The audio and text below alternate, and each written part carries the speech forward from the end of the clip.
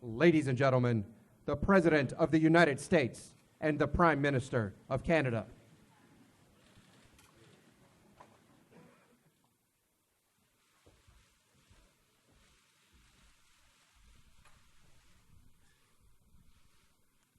Thank you.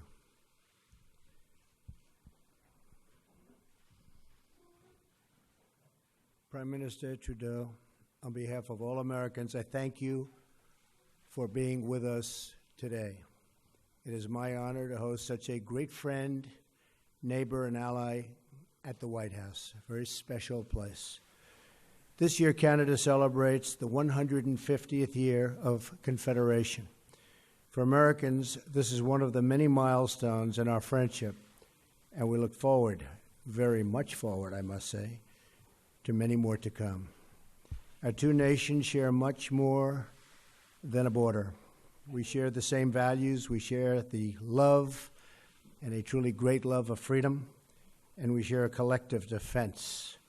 American and Canadian troops have gone to battle together, fought wars together, and forged the special bonds that come when two nations have shed their blood together, which we have. In these dangerous times, it is more important than ever that we continue to strengthen our vital alliance. The United States is deeply grateful for Canada's contribution to the counter-ISIS effort. Thank you. And we continue to work in common cause against terrorism and work in common cooperation toward reciprocal trade and shared growth. We understand that both of our countries are stronger when we join forces in matters of international commerce. Having more jobs and trade right here in North America is better for both the United States and is also much better for Canada. We should coordinate closely, and we will coordinate closely to protect jobs in our hemisphere and keep wealth on our continent and to keep everyone safe. Prime Minister, I pledge to work with you in pursuit of our many shared interests. This includes a stronger trading relationship between the United States and Canada. It includes safe, efficient, and responsible cross-border travel and migration. And it includes close partnership on domestic and international security. America is deeply fortunate to have a neighbor like Canada. We have before us the opportunity to build even more bridges and bridges of cooperation and bridges of commerce.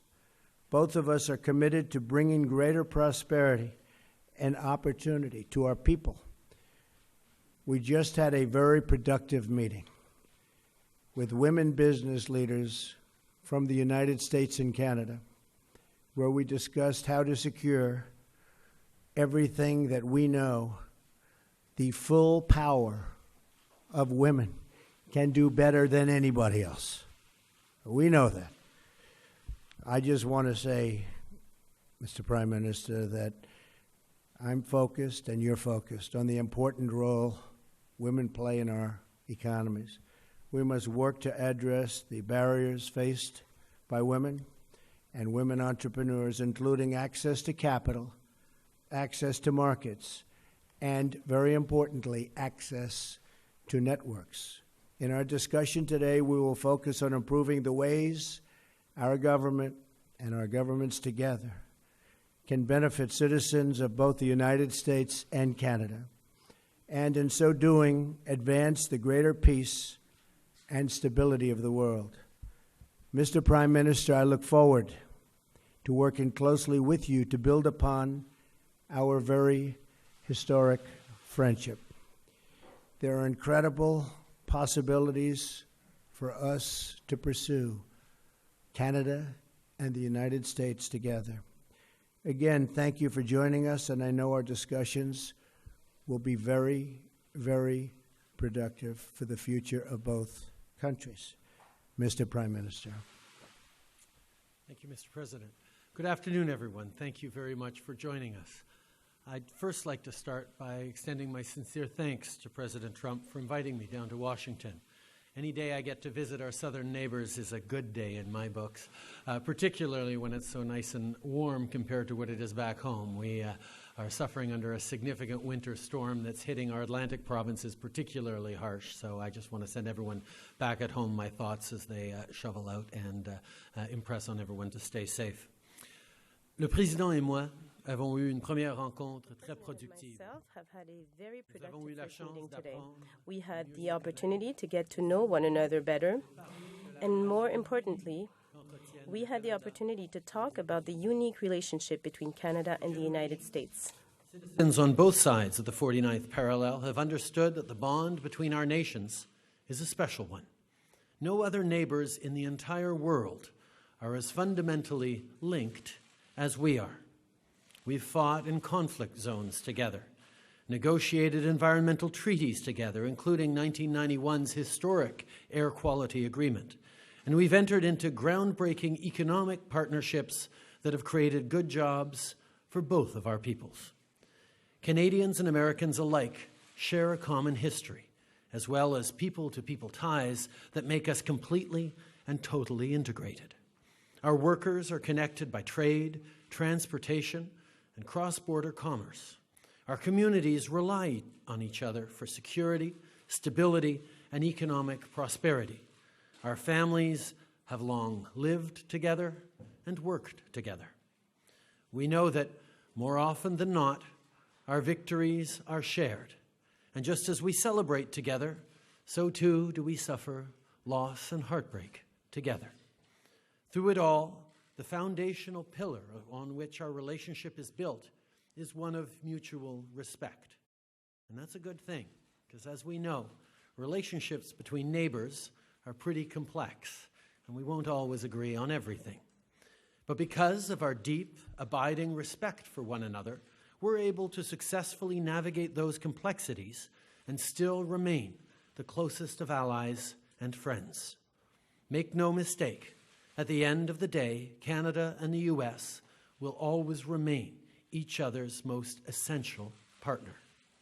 And today's conversations have served to reinforce how important that is for both Canadians and Americans. As we know, 35 U.S. states list Canada as their largest export market, and our economies benefit from the over $2 billion in two-way trade that takes place every single day. Millions of good middle-class jobs on both sides of the border depend on this crucial partnership. Maintaining strong economic ties is vital to our mutual success, and we're going to continue to work closely together over the coming years so that Canadian and American families can get ahead. Comme nous le savons, le Canada représente le plus grand. As we know, 35 U.S. states list Canada as their largest export market, and our economies benefit from the over $2 billion in two-way trade that takes place every single day. Millions of good middle-class jobs on both sides of the border depend on this crucial partnership. Maintaining strong economic ties is vital to our mutual success, and we're going to continue to work closely together over the coming years so that Canadian and American families can get ahead. I'd like to highlight a few of the specifics that President Trump and I discussed today. At the end of the day, the President and I share a common goal. We both want to make sure that hardworking folks can go to work at a good job, put food on the table for their families, and save up to take a vacation every once in a while. That's what we're trying to do here. Today, we reiterated that our nations are committed to collaborating on energy infrastructure projects that will create jobs while respecting the environment. And as we know, investing in infrastructure is a great way to create the kind of economic growth that our countries so desperately need. In that same vein, we know that ensuring equal opportunities for women in the workforce is essential for growing the economy and maintaining American and Canadian competitiveness on the world stage. As such, the President and I have agreed to the creation of the Canada-United States Council for Advancement of Women Entrepreneurs and Business Leaders. This initiative is more than just about dollars and cents.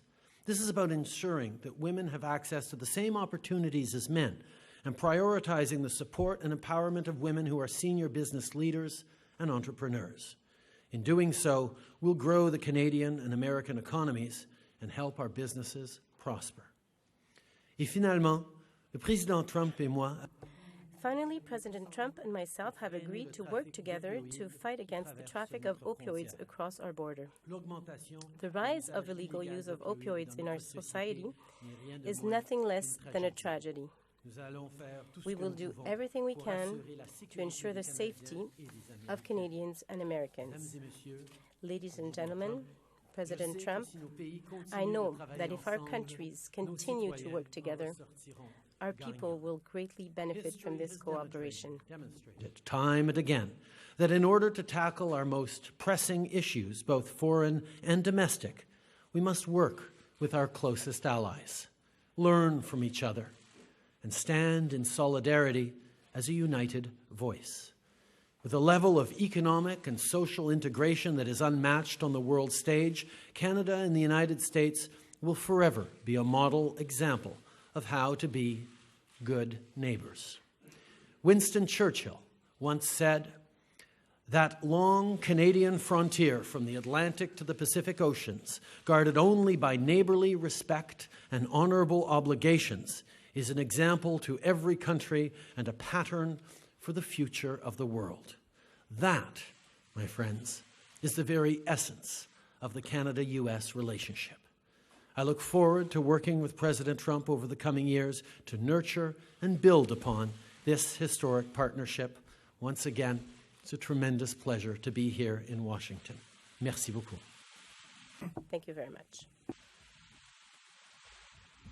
Okay, we'll take a couple of questions. Scott Thuman. Scott.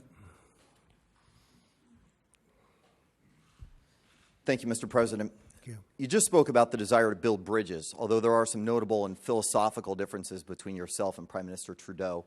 I'm curious, as you move forward on issues from trade to terrorism, how do you see this relationship playing out, and are there any specific areas with which, during your conversations today, you each decided to perhaps alter or amend your stances already on those sensitive issues like terrorism and immigration? And Prime Minister Trudeau, while only in its infancy so far, how do you see this relationship compared to that under the Obama administration? Well, we just began discussions. We are going to have a great relationship with Canada, maybe as good or better, hopefully, than ever before. We have some wonderful ideas on immigration. We have some, I think, very strong, very tough ideas on the tremendous problem that we have with terrorism. And I think when we put them all together, which will be very, very quickly, we have a group of very talented people, we will see some very, very obvious results. We're also doing some cross-border things that will make it a lot easier for trade and a lot better and a lot faster for trade. We have, through technology, we have some really great ideas, and they'll be implemented fairly quickly. One of the things we spoke about was the fact that security and immigration need to work very well together, and certainly Canada has emphasized security as we look towards improving our immigration system and remaining true to the values that we have. And we had a very strong and fruitful discussion on exactly that. There's plenty that we can draw on each other from in terms of how we move forward with a very similar goal, which is to create free, open societies that keep our citizens safe. And that's certainly something that we're very much in agreement on. Tonna McCharles. Mr. President, Mr. Prime Minister, and Mr. Prime Minister, could you answer in English and French for us, please? A little bit of a follow-on on my American colleague's question. President Trump, you seem to suggest that Syrian refugees are a Trojan horse for potential terrorism, while the Prime Minister hugs refugees and welcomes them with open arms. So I'd like to know, are you confident the northern border is secure?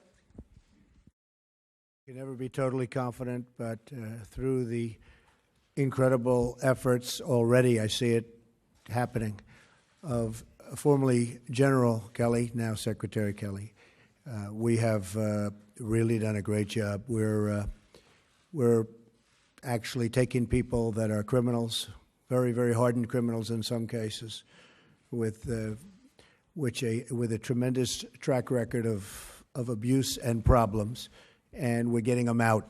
And that's what I said I would do. I'm just doing what I said I would do when we won by a very, very large electoral college vote.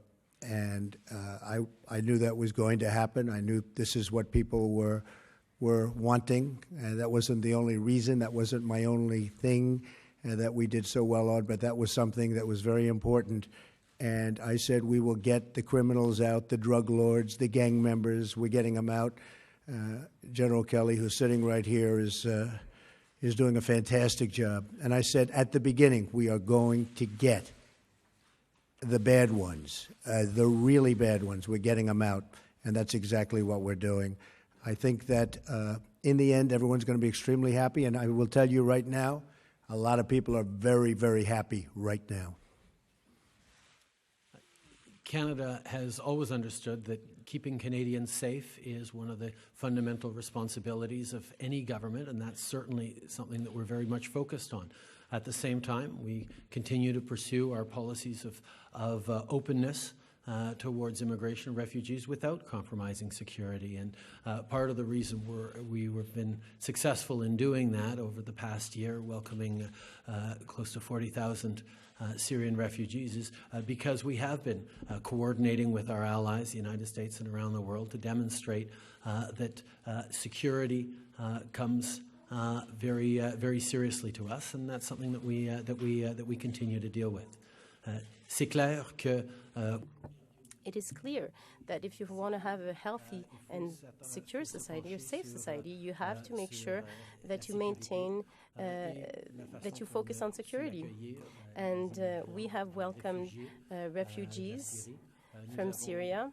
We have been very successful, but we have always taken our responsibility towards security very seriously. And our allies, including the United States, understand this focus very well, and they have done so since the very beginning. Please. Thank you. President Trump, now that you've been in office and received intelligence briefings for nearly 1 month, what do you see as the most important national security matters facing us? And Prime Minister Trudeau, you've made very clear that Canada has an open-door policy for Syrian refugees. Do you believe that President Trump's moratorium on immigration has merit on national security grounds? Okay, thank you. Many, many problems.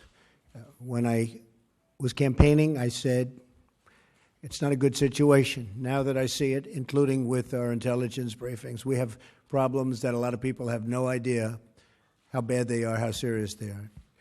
Not only internationally, but when you come right here. I mean, obviously, North Korea is a big, big problem, and we will deal with that very strongly. We have problems all over the Middle East. We have problems just about every corner of the globe, no matter where you look. I had a great meeting this weekend with Prime Minister Abe of Japan and got to know each other very, very well. Extended weekend, really. We were with each other for long periods of time, and our staffs and representatives. But on the home front, we have to create borders. We have to let people that can love our country in, and I want to do that. We want to have a big, beautiful, open door, and we want people to come in and come in our country.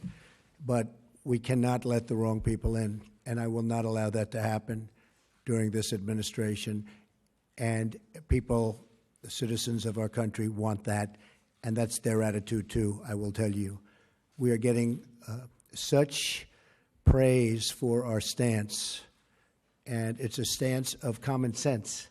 Maybe a certain toughness, but it's really more than toughness. It's a stance of common sense, and we are going to pursue it vigorously. And we don't want to have our country have the kinds of problems that you're witnessing taking place, not only here, but all over the world. We won't stand for it. We won't put up with it. We're just not going to let it happen. We're going to give ourselves every bit of chance so that things go well for the United States, and they will go well. Thank you. Canada and the United States have been neighbors a long time, and Canadians and Americans have stood together, worked together at home and around the world. We fought and died together in battlefields in World War I and World War II, in Korea, in Afghanistan. But there have been times where we have differed in our approaches, and that's always been done firmly and respectfully. The last thing Canadians expect is for me to come down and lecture another country on how they choose to govern themselves.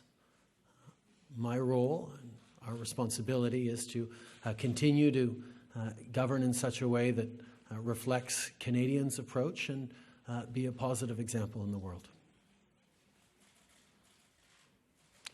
Okay. Richard Latendresse. Richard Latendresse. Thank you, Mr. Prime Minister. We'll ask my question in French first, and then for you, I'll ask it again in English. Monsieur le Premier ministre, Mr. Prime Minister, I heard you correctly. You said that Canadian businesses, Canadian workers are concerned for their businesses and for their work and jobs concerning the renegotiation of NAFTA. So what guarantees did you get from this government that we will keep our jobs and our businesses in the renegotiation of NAFTA? Mr. President. again, during the last 3 months, you have denounced NAFTA. You have talked over and over about the Mexican portion of the agreement, very little about the Canadian one. My questions in two short part is Canada a fair trader? And when you talk about changes to NAFTA concerning Canada, are you talking about big changes or small changes? Thank you. D'abord, Richard, merci. First of all, Richard, thank you for your question. It is a real concern for many Canadians because we know that our economy is very dependent on our bonds, our relationship with the United States. Goods and services do cross the border each way every single day, and this means a lot of millions of jobs for Canadians and good jobs for Canadians. So we are always focusing on these jobs, but there are also good jobs, millions of jobs in the United States that depend on those relationships between our two countries. So when we sit down, as we did today, and as our teams will be doing in the weeks and months to come, we will be talking about how we can continue to create good jobs for our citizens on both sides of the border. And during this exercise, we continue to understand that we have to allow this free flow of goods and services, and we have to be aware of the integration of our economies, which is extremely positive for both our countries. And this is the focus that we will have in the coming weeks and months to come. Aware of the fact that much of our economy depends on good working relationships with the United States, good integration with the American economy. And the fact is, millions of good jobs on both sides of the border depend on the smooth and easy flow of goods and services and people back and forth across our border. And both President Trump and I got elected on commitments to support the middle class, to work hard for people who need a real shot at success. And we know that by working together, by ensuring the continued effective integration of our two economies, we are going to be creating greater opportunities for middle-class Canadians and Americans now and well into the future. I agree with that 100%. We have a very outstanding trade relationship with Canada. We'll be tweaking it. We'll be doing certain things that are going to benefit both of our countries. It's a much less severe situation than what's taken place on the southern border. On the southern border, for many, many years, the transaction was not fair to the United States. It was an extremely unfair transaction. We're going to work with Mexico. We're going to make it a fair deal for both parties. I think that we're going to get along very well with Mexico. They understand and we understand. You probably have noticed that Ford is making billions of dollars of new investments in this country. You saw Intel the other day announce that because of what I've been doing and what I'm doing in terms of regulation, lowering taxes, et cetera, they're coming in with billions and billions of dollars of investment and thousands of jobs. General Motors, likewise, is expanding plants and going to build new plants. Fiat Chrysler was at a meeting where they're doing the same. Jack Ma, we have so many people that want to come into the United States. It's actually very exciting. I think it's going to be a very exciting period of time for the United States and for the workers of the United States, because they have been truly the forgotten man and forgotten women. It's not going to be forgotten anymore, believe me. So our relationship with Canada is outstanding, and we're going to work together to make it even better. And as far as the southern border is concerned, we're going to get that worked out. We're going to make it fair, but we are going to make it so that everybody is happy. It's very important to me. Thank you. Thank you very much. Thank you, ladies and gentlemen. Thank you very much.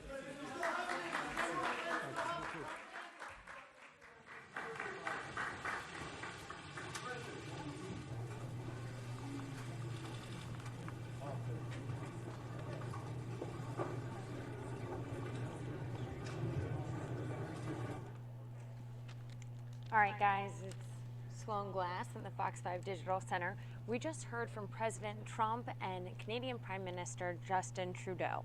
The two of them have had their conflicts in the past. They disagree mostly on issues of immigration and steering refugees. But that was a very peaceful peace conference. The main point that they're driving home is Canada and America are friends, we are allies, we are neighbors. Trudeau saying no other neighbors are as linked as we are, Canada and America. Trudeau giving his answers both in English and in French. The other big announcement that they made was the Canadian American Council for Female Entrepreneurs. So both the President and the Prime Minister spoke about the importance on their country's economy to make sure that they're empowering female business owners. So that was another point that the two of them came together on, that they showed their agreement on. Towards the end, they were asked some questions about immigration, and that's when they showed their difference of opinions. But overall, it was really peaceful and productive conference. Thanks for watching on the Fox 5 Facebook page.